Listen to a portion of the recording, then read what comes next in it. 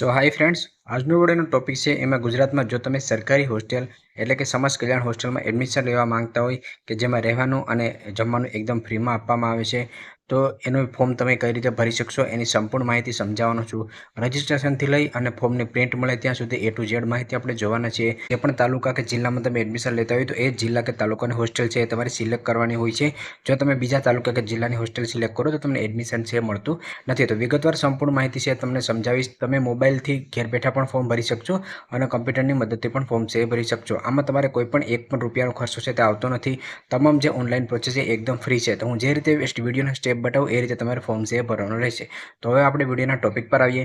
જ્યારે તમે લોકો હોસ્ટેલ માટેનું ઓનલાઈન ફોર્મ ભરી લેશો ત્યાર પછી તમારું મેરિટ લિસ્ટ ડિક્લેર કરવામાં આવશે. એ મેરિટ લિસ્ટમાં તમારું નામ હોય તો ડોક્યુમેન્ટ વેરિફિકેશન માટે જવાનું હોય છે. અને જ્યારે ફોર્મ ભર્યા પછી મેરિટ લિસ્ટ ડિક્લેર કરવામાં આવશે તો એની અપડેટ છે એ પણ હું તમને ઇન્સ્ટાગ્રામ પેજમાં અને યુટ્યુબમાં આપી દઈશ. તો જો તમે ચેનલમાં ન હોય તો ચેનલને સબસ્ક્રાઈબ કરી રાખજો અને ડેઇલી અગત્યના અપડેટ માટે ઇન્સ્ટાગ્રામ પેજને પણ ફોલો કરી લેજો. તો ફોર્મ ભરવા માટે ગૂગલ કે ક્રોમ બ્રાઉઝર જે પણ બ્રાઉઝર તમે યુઝ કરતા હોય એમાં તમે ઈ સમાજ કલ્યાણ એટલે કે SJED સર્ચ કરશો. એ સર્ચ કરશો તમારી સમક્ષ પહેલા ઈ સમાજ કલ્યાણ ઓફિશિયલ વેબસાઇટ આવશે, એના પર તમારે ક્લિક કરવાનું રહેશે. કોમ્પ્યુટરમાં તમે ફોર્મ ભરતા હોય તો વ્યવસ્થિત સ્ક્રીન જોવા મળશે. જ્યારે મોબાઈલમાં તમે ફોર્મ ભરતા હોય તો આવી સ્ક્રીન તમને જોવા મળશે. મોસ્ટ ઓફલી વિદ્યાર્થી ભાઈઓ બહેનો પાસે મોબાઈલ હોય તો હું મોબાઈલમાં જ ફોર્મ ભરીને બતાવીશ, જેથી કરીને બધા વિદ્યાર્થીઓ ઘરે બેઠા પોતાનું ફોર્મ છે ભરી શકે. તો ઓફિશિયલ વેબસાઇટમાં આવ્યા પછી અહીંયા સ્ટાર્ટિંગમાં તમને સિટીઝન લોગિન જોવા મળશે. તો જે પણ વિદ્યાર્થીઓ ઓલરેડી પહેલેથી રજિસ્ટ્રેશન કરેલું હશે એ વિદ્યાર્થીઓ પાસે આઈડી અને પાસવર્ડ હોય તો લોગિન છે કરી શકે છે. નવું રજિસ્ટ્રેશન કરવા માંગતા હોય તો અહીંયા તમને પ્લીઝ રજિસ્ટર હિયર જોવા મળશે, એના પર તમારે ક્લિક છે તે કરવાનું રહેશે. રજિસ્ટ્રેશન કરવા માટે પહેલાં અહીંયા તમારે પૂરું નામ ફિલઅપ કરવાનું રહેશે. જે પણ તમારા આધાર કાર્ડમાં નામ હોય એ મુજબ જ તમારે અહીંયા નામ છે ફિલઅપ કરવું. પછી જેન્ડર જોવા મળશે તો જેન્ડરમાં જે પણ મેલ કે ફિમેલ હોય એ સિલેક્ટ કરવું. બર્થ ડેટ તો અહીંયા તમારે જન્મ તારીખ સિલેક્ટ કરવી. આધાર કાર્ડનો જે પણ તમારો નંબર છે એ અહીંયા ફિલઅપ કરવો. ઈમેલ આઈડી તમારે આપવી હોય તો આપી શકો છો, એ ફરજિયાત નથી, એટલે કે ના નાખો તો પણ ચાલશે. ત્યાર પછી અહીંયા કાસ્ટ જોવા મળશે. કાસ્ટમાં તમામ કેટેગરી આવશે, જનરલ, SC, ST, ACBC તમામ કેટેગરી આવી જશે. જે પણ તમારી કેટેગરી હોય એ સિલેક્ટ કરી લેશો. મોબાઈલ નંબર અહીંયા તમને જોવા મળશે તો તમારો વેલિડ મોબાઈલ નંબર હોય એ નાખજો, કારણ કે આઈડી, પાસવર્ડ, OTP એ તમામ જે પણ હશે એ તમારા મોબાઈલમાં જ મોકલવામાં આવશે. તો જે પણ વેલિડ અને ચાલુ મોબાઈલ નંબર હોય એ તમારે અહીંયા આપવો. જે પણ તમારે મનગમતો પાસવર્ડ બનાવવો હોય એ તમે અહીંયા બનાવી શકો છો. જેમ કે તમારું નામ @123 તમારું નામ તમારી જન્મ તારીખ, જે પણ તમારો મનગમતો પાસવર્ડ હોય એ તમે અહીંયા બનાવી શકો છો. એકવાર પાસવર્ડ નાખ્યા પછી ફરીથી બીજી વાર પાસવર્ડને કન્ફર્મ કરશો. ત્યાર પછી જે પણ કેપ્ચા જોવા મળશે સરવાળો એ અહીંયા તમારે ફિલઅપ કરી અને રજિસ્ટરના બટન પર તમારે ક્લિક કરવાનું રહેશે. એના પર તમે ક્લિક કરશો એટલે તમારા મોબાઈલ નંબરમાં OTP છે તે મોકલવામાં આવશે. મોબાઈલ નંબરમાં OTP મોકલવામાં આવે એ તમે OTP નાખી દેશો એટલે તમારા મોબાઈલ નંબરમાં આઈડી અને પાસવર્ડ છે એ તમને મળી જશે. રજિસ્ટ્રેશન થઈ ગયા પછી ઓટોમેટિક તમે લોગિનના પેજમાં આવી જશો. ઓટોમેટિક તમે ન આવ્યો તો અહીંયા તમને જોવા મળશે લોગિન હિયર, એના પર તમારે ક્લિક કરવાનું રહેશે. અથવા તો ફરીથી તમે ગૂગલ ક્રોમ બ્રાઉઝરમાં આવીને પણ તમે આવી રીતે વેબસાઇટમાં આવી શકો છો. હવે જે પણ આઈડી અને પાસવર્ડ તમને મળ્યા છે એની મદદથી તમારે લોગિન ચેક કરવાનું રહેશે. તો પહેલાં અહીં તમારે યુઝર આઈડી નાખશો, ત્યાર પછી તમારે પાસવર્ડ છે એ નાખવાનો રહેશે. કેપ્ચા નાખી અને ત્યાર પછી નીચે લોગિન જોવા મળશે, એના પર તમારે ક્લિક છે તે કરવાનું રહેશે. એના પર ક્લિક કર્યા પછી અહીંયા તમામ યોજનાઓ છે તે ખુલી જશે. જે પણ યોજનાઓ માટે તમે લાયકાત ધરાવતા હોય એમાં તમે અરજી છે કરી શકો છો. આપણે અહીંયા ફક્ત હોસ્ટેલ માટે અરજી કરવાની છે. તો નીચે આવશો તો અહીંયા તમને 4 યોજનાઓ જોવા મળશે. પહેલી જોવા મળશે અનુસૂચિત જાતિ કલ્યાણ હસ્તકની સરકારી છાત્રાલયમાં પ્રવેશ. તો આમાં જે પણ વિદ્યાર્થીઓ ધોરણ 10 ઉપર એડમિશન લેવા માંગતા હોય એ વિદ્યાર્થીઓ માટે હોય છે. બીજા નંબરનું જોવા મળશે એમાં ફક્ત આદર્શ નિવાસી શાળાઓમાં, જેમાં 8મું, 9મું, 10મું અને 11મું, 12મું આવી જશે. એમાં ફોર્મ ભરવા માંગતા હોય આમાં ક્લિક કરશો. ત્યાર પછી જે વિદ્યાર્થીઓ OBCમાં, EBCમાં, NT, DNT, ST વગેરે કેટેગરીમાં આવતો હોય એ વિકસિત જાતિ કલ્યાણની હોસ્ટેલ છે એમાં પણ ફોર્મ ભરી શકે છે. તો એ વિદ્યાર્થીઓ આમાં ક્લિક કરશે. અને જે વિદ્યાર્થીઓ OBC, EBC, NT, DNT કે ST કેટેગરીમાં આવતા હોય અને 8, 9, 10 કે 11, 12માં એડમિશન લેવા માંગતા હોય એ આદર્શ નિવાસી શાળાઓ છે એમાં ફોર્મ છે એ ભરશે. મોસ્ટ ઓફલી આ જે અનુસૂચિત જાતિ કલ્યાણની હોસ્ટેલ અને વિકસિત જાતિ કલ્યાણની હોસ્ટેલ, આમાં મોસ્ટ ઓફલી કરીને SC કેટેગરીના, OBC કેટેગરીના, NT, DNT કેટેગરીના અને EBC કેટેગરીના વિદ્યાર્થીઓને એડમિશન મળવાપાત્ર હોય છે. જ્યારે ST કેટેગરીના વિદ્યાર્થીઓ માટે અલગથી પણ ફોર્મની જાહેરાત કરવામાં આવતી હોય છે. તમે કોઈ પણ કેટેગરીમાં આવતો હોય પ્રોસેસ બધામાં સેમ જ રહેશે, ફક્ત તમારી યોજના છે એ પસંદ કરવાની રહેશે. તો હું અહીંયા હોસ્ટેલ છે એના પર ક્લિક કરીશ. એના પર ક્લિક કરીશ એટલે અહીંયા તમને થોડીક બેઝિક માહિતી છે જોવા મળશે, જેના પર મેં ઓલરેડી વિડીયો બનાવેલો છે. એ વિડીયો પણ તમે જોઈ શકો છો. તો અહીંયા તમને ઓકેનું બટન જોવા મળશે, એના પર તમારે ક્લિક કરી દેવાનું રહેશે. ઓકેના બટન પર તમે ક્લિક કરી દેશો કયા ડોક્યુમેન્ટની તમારે જરૂરત પડશે એ અહીંયા તમને જોવા મળશે. તો અહીંયાથી તમારે વિગતવાર માહિતી જોવી તો તમે જોઈ શકો છો. ત્યાર પછી અહીંયા તમારે ક્લિક કરી દેવાનું રહેશે અને સેવ એન્ડ નેક્સ્ટનું બટન જોવા મળશે, એના પર તમારે ક્લિક કરી દેવાનું રહેશે. હવે અહીંયા તમારે વિદ્યાર્થી કઈ ટાઈપમાં આવે છે એ સિલેક્ટ કરવાનું રહેશે. જેમ કે કોઈ ફ્રેશ વિદ્યાર્થી હશે કે જેણે આ વર્ષે ધોરણ 10મું પાસ કરી અને ડિપ્લોમા એડમિશન લેતા હોય, અથવા જેણે આ વર્ષે ધોરણ 12મું પાસ કરી અને કોલેજના પ્રથમ વર્ષમાં કે મેડિકલ કે નર્સિંગ વગેરે કોર્સમાં એડમિશન લેતા હોય, તો એ ફ્રેશ વિદ્યાર્થી ગણવામાં આવતા હોય છે. તો અહીંયા નવા વિદ્યાર્થી સિલેક્ટ કરવાનો રહેશે, અને જે વિદ્યાર્થીઓ ઓલરેડી હોસ્ટેલમાં રહેતા હોય, બીજા, ત્રીજા કે ચોથા વર્ષ માટે અરજી કરતા હોય, તો એને જૂના વિદ્યાર્થી તરીકે અહીંયા પસંદ છે કરવાનું હોય છે. ત્યાર પછી વિદ્યાર્થીનું નામ, પિતાનું નામ, વિદ્યાર્થીની જન્મ તારીખ, ઉંમર, વિદ્યાર્થીની કેટેગરી, વિદ્યાર્થીની પેટા જાતિ અને વિદ્યાર્થીનું જેન્ડર, એ તમામ જે માહિતી છે એ ઓટોમેટિક જ આવી જશે, કારણ કે રજિસ્ટ્રેશન સમયે આપણે નાખેલું હશે. અહીંયા તમારો મોબાઈલ નંબર અને ઈમેલ આઈડી તમને જોવા મળશે. હવે નીચે આવશો તો વિદ્યાર્થીનું એડ્રેસ છે એની માહિતી ફિલઅપ કરવાની રહેશે. તો પહેલાં અહીંયા સ્ટેટનું નામ છે એ તમને ગુજરાત જોવા મળશે. ત્યાર પછી જિલ્લાનું નામ, આમાં ગુજરાતના તમામ જિલ્લાઓ આવી જશે. એમાંથી જે પણ તમારો જિલ્લો હોય એ જિલ્લો તમારે સિલેક્ટ કરવાનો રહેશે. ત્યાર પછી તાલુકાનું નામ, તમે જે જિલ્લો સિલેક્ટ કરશો એ મુજબ તમામ તાલુકાનું નામ આવી જશે. તમારો જે પણ તાલુકો હોય એ તમારે સિલેક્ટ કરવાનો રહેશે. ત્યાર પછી અહીંયા ગામના નામ, તો જે પણ તમારો તાલુકો હતો એ મુજબ તમામ ગામના નામ આવી જશે. એમાંથી તમારું જે પણ ગામનું નામ હોય એ તમે અહીંયા ફિલઅપ કરશો. ત્યાર પછી વિદ્યાર્થીનું પૂરેપૂરું સરનામું છે એ અહીંયા ફિલઅપ કરી દેવાનું છે. જે તમારા આધાર કાર્ડ મુજબ હોય એ તમે અહીંયા ફિલઅપ કરી નાખશો. ત્યાર પછી પિનકોડ નંબર તમારે અહીંયા નાખવાનો રહેશે. હવે હાલનું સરનામું અને કાયમી સરનામું વિદ્યાર્થીનું સેમ જ હોય તો અહીંયા ટીક કરી દેશો એટલે ઉપરનું છે નીચે કોપી થઈ જશે. અને જો તમારે મેન્યુઅલી અલગ અલગ ફિલ કરવું હોય તો પણ તમે ફિલઅપ છે કરી શકો છો. ત્યાર પછી અહીંયા તમને સેવ એન્ડ નેક્સ્ટ જોવા મળશે, એના પર તમારે ક્લિક સાથે કરી દેવાનું રહેશે. એના પર ક્લિક કર્યા પછી અન્ય વિગતના પેજમાં તમે આવી જશો.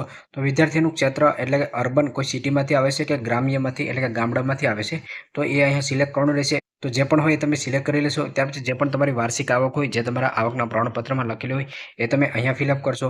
જો કોઈ પણ વિદ્યાર્થી વિકલાંગતા ધરાવતા હોય એટલે કે અપંગ હોય તો હા કરશે, બાકી અહીંયા ના કરી દેશે. જો એ હા કરશે તો એની વિગતવાર માહિતી છે એ ફિલઅપ કરવાની આવશે. ત્યાર પછી નીચે જો કોઈ પણ સંતાન છે કે જે વિધવા કે ત્યક્તાના બાળક હોય તો હા કરશે, બાકી ના કરી દેશે. ત્યાર પછી અનાથ બાળક કે જેના માતા પિતા હયાત ના હોય તો અહીંયા એને હા કરવાનું છે, બાકી ના કરી દેવાનું રહેશે. આ ત્રણેય જે કેટેગરી છે, વિકલાંગતા, વિધવા ત્યક્તાના બાળક અને અનાથ બાળક, એ ત્રણેય કેટેગરીના વિદ્યાર્થીઓને એડમિશનમાં પ્રાથમિકતા આપવામાં આવે છે. ત્યાર પછી વાલીનો નોકરીનો પ્રકાર, કે જે પણ વિદ્યાર્થી ફોર્મ ભરે છે એના માતા પિતા સરકારી નોકરી કરે છે કે નહીં. જો સરકારી નોકરી કરતા હોય, અર્ધ સરકારી નોકરી કરતા હોય એ ટીક કરવાનું રહેશે, બાકી તમે અહીંયા છે સિલેક્ટ કરી લેશો. ત્યાર પછી નીચે બેંકની વિગત નાખવાની રહેશે. તો અહીંયા બેંકનું પૂરેપૂરું નામ તમે ફિલઅપ કરશો. ત્યાર પછી તમારે બેંકની બ્રાન્ચનું એટલે કે શાખાનું નામ ફિલઅપ કરશો. બેંકનો આઈએફએસસી કોડ તમે અહીંયા ફિલઅપ કરશો, અને બેંકના જે પણ અકાઉન્ટ નંબર છે એ તમે અહીંયા ફિલઅપ કરી દેશો. તો આ વિગતવાર માહિતી છે એ તમે નાખી અને ત્યાર પછી સેવ એન્ડ નેક્સ્ટ જોવા મળશે, એના પર તમારે ક્લિક કરવાનું રહેશે. હવે આવશો તમે એજ્યુકેશનના પેજમાં. તો આ જે પેજ છે એ જ ખૂબ જ અગત્યનું હોય છે. આ પેજ ઉપરથી જ નક્કી થશે કે તમે કઈ હોસ્ટેલ માટે એપ્લિકેશન કરો છો. તો અભ્યાસક્રમનું નામ, તો આમાં તમે કયા કોર્સમાં એડમિશન લીધું છે અથવા એડમિશન લેવા માંગો છો તો એ કોર્સ તમારે સિલેક્ટ કરવાનો રહેશે. આમાં ધોરણ 10 ઉપરના તમામ કોર્સ આવી જશે. એમાંથી જે પણ કોર્સમાં તમે એડમિશન લેવા માંગતા હોય અથવા તો એડમિશન લીધું હોય એ કોર્સ તમે સિલેક્ટ કરશો. શાળા અથવા કોલેજનું નામ, તો કઈ કોલેજમાં તમે એડમિશન લીધું છે એ કોલેજનું તમે નામ ફિલઅપ કરશો. ત્યાર પછી શાળા અને કોલેજનું નામ, તો જે પણ કોલેજમાં તમે એડમિશન લીધું છે એ કયા જિલ્લામાં આવેલી છે અથવા તો કઈ જગ્યાએ આવેલી છે એ તમારે અહીંયા સિલેક્ટ કરવાનું રહેશે. ત્યાર પછી શાળા કે કોલેજનું પૂરું સરનામું, તો જે પણ કોલેજ કે યુનિવર્સિટીમાં તમે એડમિશન લીધું એનું પૂરેપૂરું સરનામું તમારે અહીંયા ફિલઅપ કરવાનું રહેશે. ત્યાર પછી નીચે તમે જે પણ છેલ્લે પરીક્ષા પાસ કરી છે એની વિગત નાખવાની રહેશે. તો મેં અહીંયા બીએસસી નર્સિંગમાં એડમિશન લેવા માંગતો હોય તો નીચે અહીંયા મારે ધોરણ 12મું આવશે. તમે ડિપ્લોમા એડમિશન લેવા માંગતો હોય તો તમારે નીચે ધોરણ 10મું છે તે આવશે. તો એ અભ્યાસક્રમનું નામ, એમાં જે પણ હોય એ તમે ફિલઅપ કરશો. શાળા કોલેજનું નામ, તો ધોરણ 12મું તમે પાસ કર્યું એ સ્કૂલનું નામ તમે ફિલઅપ કરશો. ત્યાર પછી સ્કૂલનું સરનામું છે એ તમે અહીંયા ફિલઅપ કરશો. છેલ્લી પરીક્ષા તમે કેટલા પ્રયત્ન પાસ કરી એ અહીંયા નાખશો. 2 પ્રયત્ન કર્યું તો 2 કરશો, અને પ્રથમ પ્રયત્ન પાસ કર્યું તો 1 નાખશો. પરીક્ષા તમે કયા વર્ષે પાસ કરી તો આ વર્ષે કરેલી તો 2024 કરશો. પરીક્ષામાં તમને કેટલા ટકા આવ્યા એ ટકા તમે અહીંયા નાખી દેશો. હવે ઉપર અહીંયા તમે ચેક કરશો કે ઉપર મેં જુનાગઢ સિલેક્ટ કરેલું છે, તો અહીંયા નીચે જુનાગઢમાં જેટલી પણ હોસ્ટેલો આવેલી છે એ તમામ હોસ્ટેલો મને જોવા મળશે. જો હું અહીંયા રાજકોટ સિલેક્ટ કરી લઈશ તો નીચે મને રાજકોટની હોસ્ટેલ છે તે જોવા મળશે. જો હું ઉપર અહીંયા અમદાવાદ સિલેક્ટ કરીશ તો નીચે અહીંયા મને અમદાવાદ છે તે જોવા મળશે. તો ટૂંકમાં જે પણ જિલ્લામાં તમે એડમિશન લીધું હશે એ જિલ્લાની તમામ હોસ્ટેલ છે એ તમને જોવા મળશે. એમાંથી જે પણ હોસ્ટેલમાં તમે એડમિશન લેવા માંગતા હોય એ હોસ્ટેલ તમારે સિલેક્ટ કરવાની રહેશે. હું અહીંયા ફક્ત ડેમો તરીકે ફોર્મ ભરીને તમને સમજાવું છું. એટલે મેં જુનાગઢ લીધું છે તો અહીંયા જુનાગઢની હોસ્ટેલ છે એ મને જોવા મળશે. અહીંયા અનુસૂચિત જાતિ કલ્યાણની હોસ્ટેલ જોવા મળશે. જે વિદ્યાર્થીઓ ઓબીસી, ઈબીસી કે એનટી, ડીએનટી કે અન્ય કેટેગરીમાં હોય તો એને વિકસતી જાતિ કલ્યાણની હોસ્ટેલ છે એ જોવા મળશે. તો જે પણ અહીંયા જિલ્લામાં એડમિશન લીધું છે એ જિલ્લાની તમામ હોસ્ટેલ તમને જોવા મળશે. એમાંથી જે પણ હોસ્ટેલમાં તમારે એડમિશન લેવા માંગતા હોય એ હોસ્ટેલ તમારે સિલેક્ટ છે તે કરવાની રહેશે. તો હું અહીંયા ફક્ત ડેમો તરીકે ફોર્મ ભરું છું એટલે એક સિલેક્ટ કરી લઉં છું. તમારે જેટલી પણ હોસ્ટેલમાં એડમિશન લેવું હોય એ તમે સિલેક્ટ કરી શકો છો. ત્યાર પછી નીચે સેવ એન્ડ નેક્સ્ટ જોવા મળશે, એના પર તમારે ક્લિક કરી દેવાનું રહેશે. એ માહિતી ફિલઅપ કર્યા પછી હવે તમારે ઓનલાઈન ડોક્યુમેન્ટ્સ અપલોડ કરવાના રહેશે. તો ડોક્યુમેન્ટમાં ક્યાં ક્યાં અપલોડ કરવાનું છે એ જોઈએ. તો જે પણ તમે ડોક્યુમેન્ટ અપલોડ કરતા હોય એ વધુમાં વધુ 1 MB સુધીનું હોવું જોઈએ. 1 MBની ઉપરનું હશે તો ડોક્યુમેન્ટ અપલોડ નહીં થાય, તો એ તમારે એની સાઇઝ છે ઘટાડીને 1 MBની નીચે કરી દેવી. તો વિદ્યાર્થીનું આધાર કાર્ડ છે એ અપલોડ કરવાનું છે. આધાર કાર્ડ છે એ તમારે આગળ પાછળ બંને દેખાય એ રીતે અપલોડ કરવાનું રહેશે. તો અહીંયા જે પણ તમે જોઈ શકો છો એ તમામમાં તમે ડોક્યુમેન્ટનો નંબર નાખવાનો છે. ડોક્યુમેન્ટનો નંબર નાખી અને ત્યાર પછી ચૂઝ ફાઇલ પર ઓકે કરીને મોબાઈલની ગેલેરી અથવા તો કોમ્પ્યુટરમાંથી તમે ડોક્યુમેન્ટ્સ અપલોડ કરી શકો છો. તો વિદ્યાર્થીનું આધાર કાર્ડ અપલોડ કરવાનું છે, વિદ્યાર્થીનો જાતિનો દાખલો અપલોડ કરવાનો છે, રહેઠાણનો પુરાવો જેમાં તમે લાઇટ બિલ છે, ચૂંટણી કાર્ડ કે રેશન કાર્ડ છે એ અપલોડ કરી શકો છો. ત્યાર પછી છેલ્લે જે પણ પરીક્ષા પાસ કરી એની માર્કશીટ અપલોડ કરવાની રહેશે. બેંકની પાસબુક છે એ તમારે અપલોડ કરવાની રહેશે. ત્યાર પછી જે પણ સ્કૂલ કે કોલેજમાં તમે એડમિશન લીધું છે એ સ્કૂલ કે કોલેજનો એડમિશન લેટર તમારે અપલોડ કરવાનો છે. લિવિંગ સર્ટિફિકેટ, શાળા છોડવાનું પ્રમાણપત્ર અપલોડ કરવાનું રહેશે અને કુટુંબની વાર્ષિક આવકનો દાખલો છે એ તમારે અપલોડ કરવાનો રહેશે. તો આ તમામ ડોક્યુમેન્ટ અપલોડ કરી અને ત્યાર પછી સેવ એન્ડ નેક્સ્ટ તમારે કરવાનો રહેશે. ઘણા બધી વિદ્યાર્થીઓને દર વર્ષે કોમેન્ટ આવતી હોય છે કે સર શાળા કોલેજમાં પ્રવેશ મળ્યાની પોસ્ટ અથવા તો એડમિશન લેટર છે ક્યાંથી મેળવવો.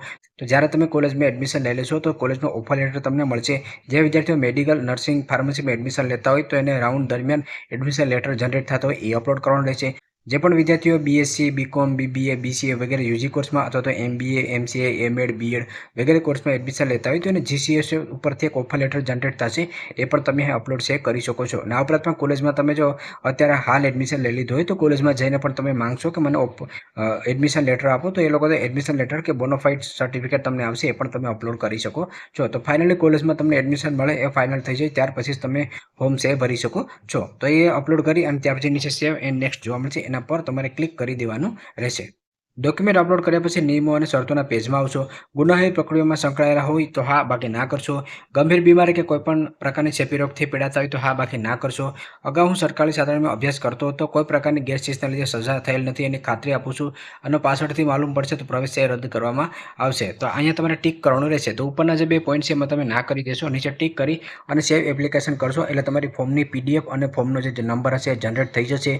જે પણ PDF જનરેટ થશે એ તમારે સેવ કરી અને એની પ્રિન્ટ મેળવી લેવા રહેશે અથવા મોબાઈલની ગેલેરીમાં તમે PDFને સેવ કરી લેશો. કારણ કે જ્યારે પણ આનું મેરિટ લિસ્ટ ડિક્લેર થશે ત્યારે તમારે હોસ્ટેલમાં તમને બોલાવવામાં આવશે. હોસ્ટેલમાં બોલાવવામાં આવે ત્યારે તમારે અરજીની જે પ્રિન્ટ છે એ તમારે લઈને જવાનું રહેશે.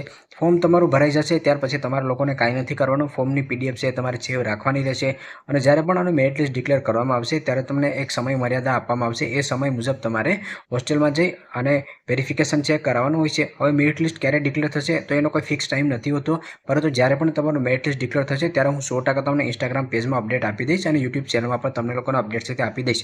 ઘણીવાર એવું થતું હોય કે વિડીયો બનાવવાનો સમય ના મળતો હોય તો એ તમામ અપડેટ હું ઇન્સ્ટાગ્રામ પેજમાં આપી દેતો હોઉં છું. તો ઇન્સ્ટાગ્રામ પેજમાં અવશ્ય ફોલો કરી લેજો.